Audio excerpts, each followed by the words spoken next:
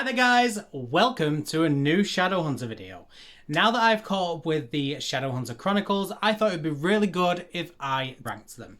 So I'm going to go from 20th to 1st in the order, from disliked to liked, and I hopefully will give you a bit of a brief explanation of why each book made what part of the list. Let's just go for it. So in last place, if you have followed my Shadowhunter journey, it will probably come as no surprise to anyone that in 20th I have put City of Lost Souls. This is book 5 in the Mortal Instruments series, and I hated this book with a passion.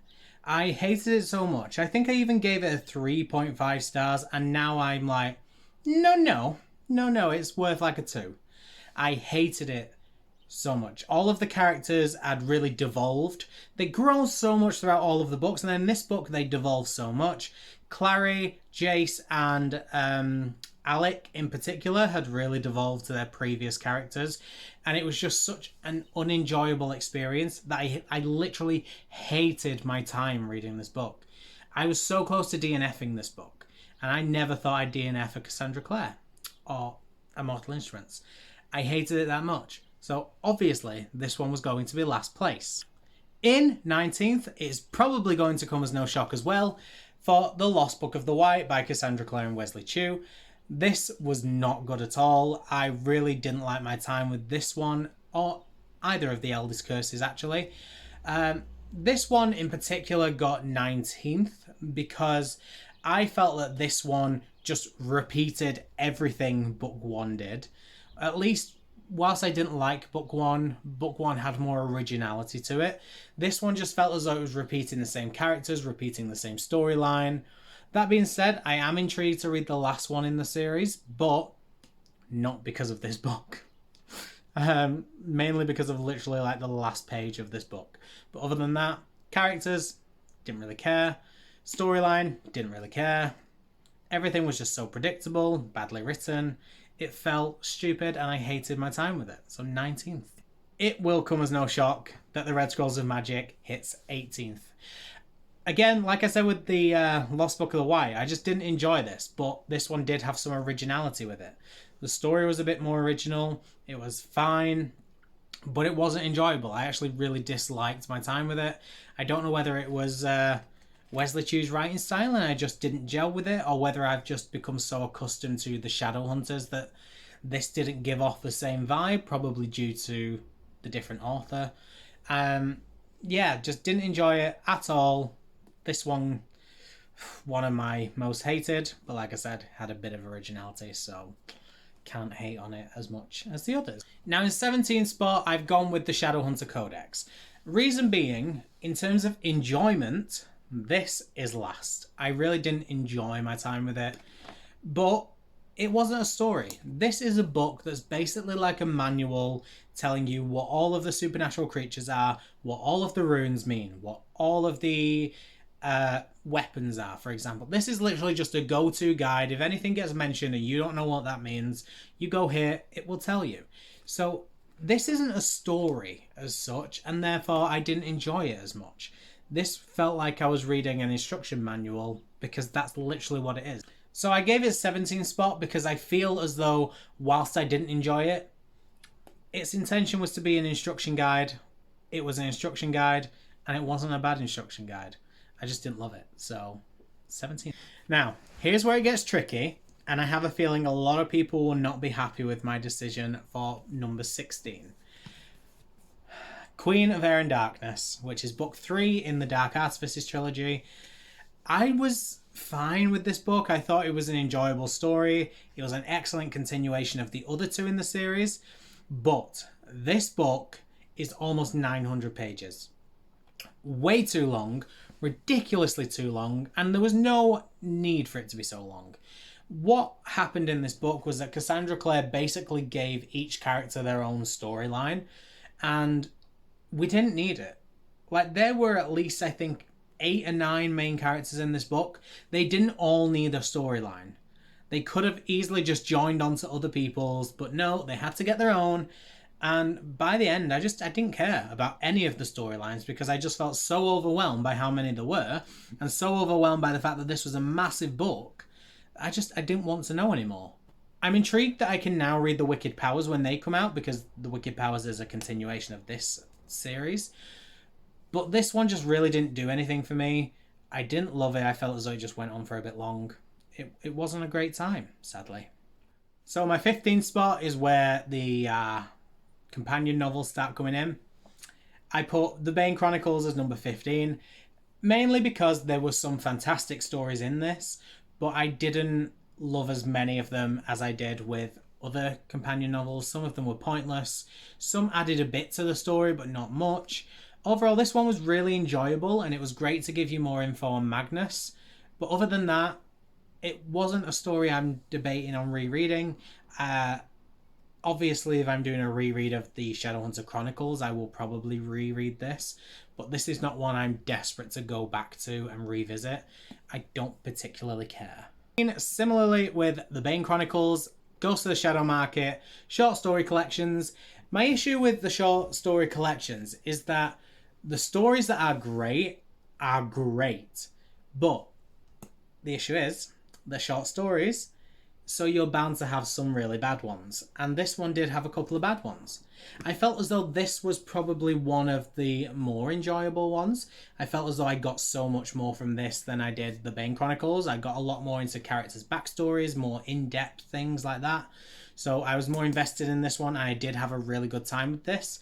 But in comparison to this one and Tales from Shadowhunter Academy, which is the last short story collection, I don't feel as though this one had me as invested as the others did. I think mainly because they focused a lot more on the Last Hours gang, and I hadn't read Chain of Iron by this point, so when it mentioned all the other characters, I was getting to know them, but because I didn't know them, I didn't have that emotional investment. So that's probably why this one's rated a bit lower, but 14th spot, not too bad considering what the other ones are like. So as you probably guessed, 13, Tales from Shadowhunter Academy. Great stories. There were some that were not so great, but some that were absolutely fantastic. And this focuses on one of my absolutely favourite characters of all time. And I'm not going to tell you who, spoilers, but this focuses on one of my favourite characters. I really enjoyed my time with it. I actually do want to reread this. Not so much like I'm so obsessed I want to read it now, but there are certain stories in here that I am desperate to revisit, and I'm really excited to revisit when the time comes. Others, not so much, but it was really good. Right. From here on out is where it gets really difficult for me. So many of these are interchangeable now. I had to think for so long about where I'd put each one. I put Lady Midnight. This is mainly because it's hard to describe, because the reason I didn't like it is why so many people do like it. This is because when I started reading it, I didn't feel as though it was a Shadowhunter story. We got to see these characters living a domestic life, going shopping, spending time with their friends, and I'd read The Mortal Instruments and The Infernal Devices, both series that were so heavily involved in the fantasy battling demons element. They didn't really have normal life. And seeing these characters just talk about their relationships all the time and go shopping and have a laugh and just spend time at the beach, I was like, yo, where's my story? Where is my Shadowhunter story? For the majority of this book, there wasn't one. That was the issue. The Shadowhunter part of this book was in the background. The main part of this story was relationships and meeting new characters, and I didn't care. I wanted my Shadowhunter story. And most people really like this because they got to meet new characters and they got to really understand them, and all of the crap they didn't like from the Mortal Instruments wasn't present. Whereas because it was missing, I didn't like it as much. I am back with my Mortal Instruments. I've gone for City of Fallen Angels. I really did enjoy this one. It was the closest one at the time I'd come to not rating 5 stars, because up to this point I'd rated every one of the books 5 stars. And similarly actually with Lady Midnight, I didn't feel as though this one gave me Shadowhunter vibes. It didn't give me that story. It was just very focused on the characters. So That's what bothered me with it. But this one was very Simon centric, and it was really interesting to see more of Simon's life and how his relationships developed and how everything had affected him. So I really enjoyed my time with that part of it, and I didn't mind the character development and the character driven story as much, and the missing plot, because it was a character I love. It was my Simon, so I didn't mind. And in 10, so officially halfway, I went for City of Heavenly Fire. I loved this one. I was in a bit of a bad place after reading City of Lost Souls because I hated it. I was very salty about it. And this one really saved the series. Otherwise, I would have been devastated. By no means one of the best, but after City of Lost Souls, I debated not even picking this one up, and it saved it. And it did really well. So the fact that it's in 10th spot for me is a bit sad because I feel as though it did such a good job of making me still enjoy the Mortal Instruments that it should be higher. But there were some strong contenders for the top 10, so sadly this one did not make the cut. In my 9th spot, where it all began, City of Bones. I loved City of Bones with a passion. It was where it all began. I got to meet the characters. I got to meet Clary and Simon and Jason, Izzy and Alec. I got to meet them all for the first time. It was so good. I love my time with this. I can't wait to actually reread it because I'm so excited to get this story again. Like, the rest where it carries on is great, but this first time when you get introduced to the characters, you're introduced to the world, it holds a place in my heart and I am obsessed with it. I love it with a passion. I'm sad that it didn't get any higher, but the fact that I love this one so much just proves how good the rest of them are. In 8th spot, I went for book 2 of the Mortal Instruments. I went with City of Ashes. A lot of people really dislike City of Ashes. They say nothing happens and it's very boring. For me, this one was one of my favourites. Obviously, I've shown you the rest of them. There is one more Mortal Instruments book after this one that has not been in my list yet. So this is my second favourite Mortal Instruments book. I loved it. I loved where it went. I loved how it carried on. I loved the development that the characters went through. This one for me, whilst the first one introduced me to the story and made me fall in love, this one is where I fell in love with the story and the characters. Like, I fell in love with the premise of it with City of Bones, but with this one, I fell in love with every single detail of the characters and the story and the plot line, and I couldn't wait to read more. This one's good. I don't care what anyone says. This one is fantastic. Rounding off the Dark Artifices, I put Lord of Shadows. This is by far the best Dark Artifices book. The ending. If you have not read this book yet, it was so good. Cliffhangers galore, so many reveals, so many plot twists. Everything happened in this one.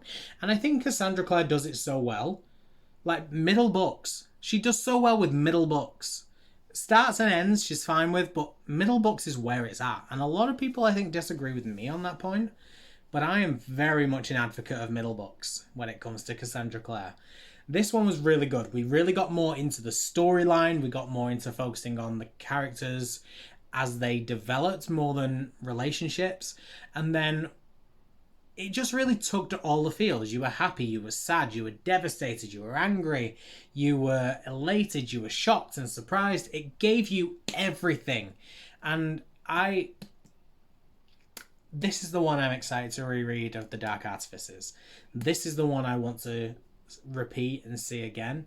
And also it features fairy a lot. I love the fairy. It's good book. So, top 6 now. I've gone with Chain of Gold for 6th place. Really, really good. I loved my time with it. I initially struggled to get into it a bit. Load of characters. I knew who they were, really, from all of the short story collections. If you had not read the short story collections, I understand why people would be a bit more confused. But for me, loved it. I felt... Could you not? I loved it. I felt as though I knew all of these characters so well. I felt as though I got to fall in love with some characters over and over again. I really got invested in where this story was going. The reason it didn't rate higher, essentially, is because the other ones were just so perfect. This one had to go somewhere. Like literally my top 5. Well, actually no, number 1 stays where it is, but 2nd through to 5th, interchangeable at any moment depending on where I'm at.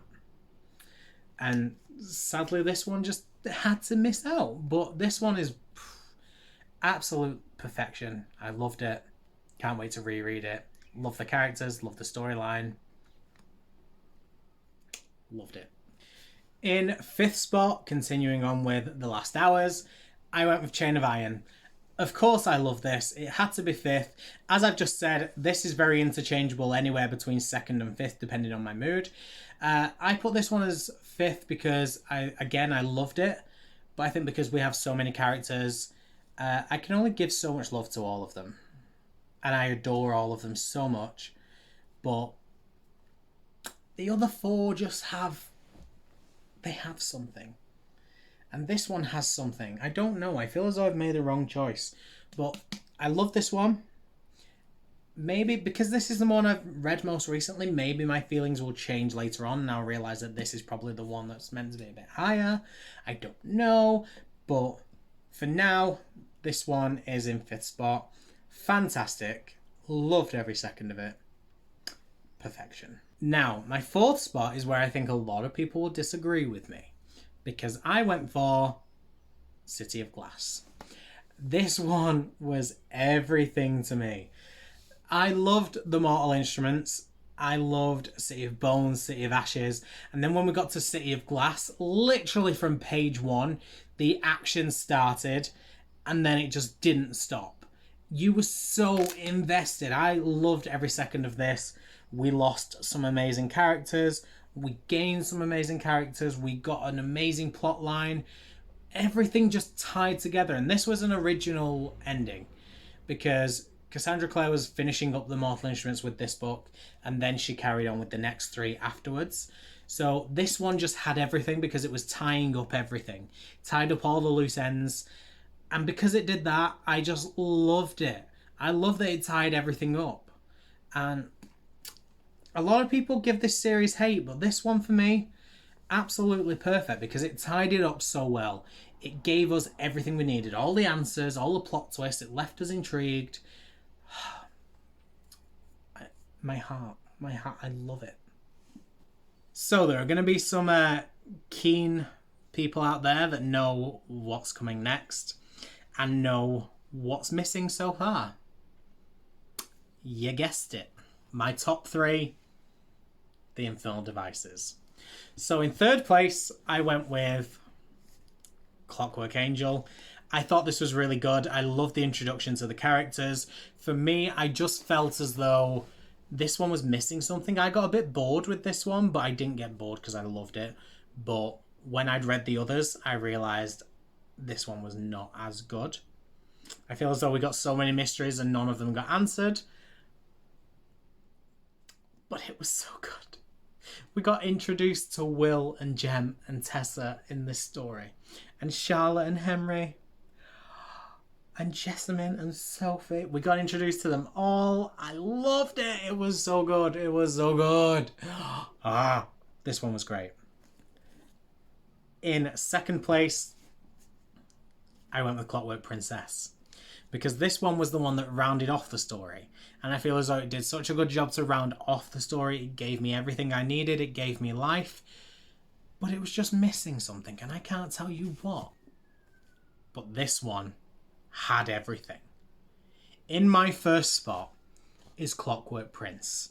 This had the feels.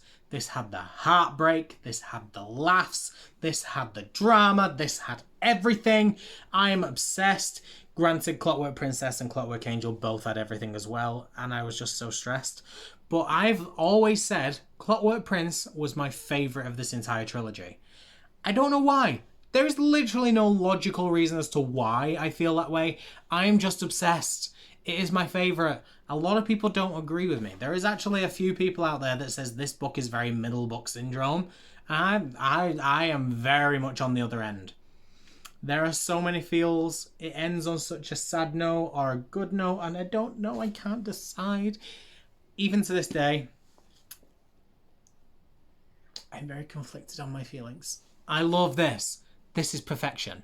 So you have seen now my 20 books of the Shadowhunter series ranked. Let me know down in the comments what you think of my rankings. What would you have put in first spot? What would you have put in last? Let me know everything. I really want to know your guys' opinions. I want to know what you think of my opinions. Come on, let's have a chat. Let's have a chat. I love Shadowhunters. I'm obsessed. I know there are a few Shadowhunter obsessive out there with me. Come on, guys. Let's discuss it. But for now, that is it from me. I am off because I've got to put all these books back. Thank you so much for watching. I really appreciate it. Make sure you comment. Make sure you give me a thumbs up. Make sure you are subscribed. And until next time, I will see you later. Bye.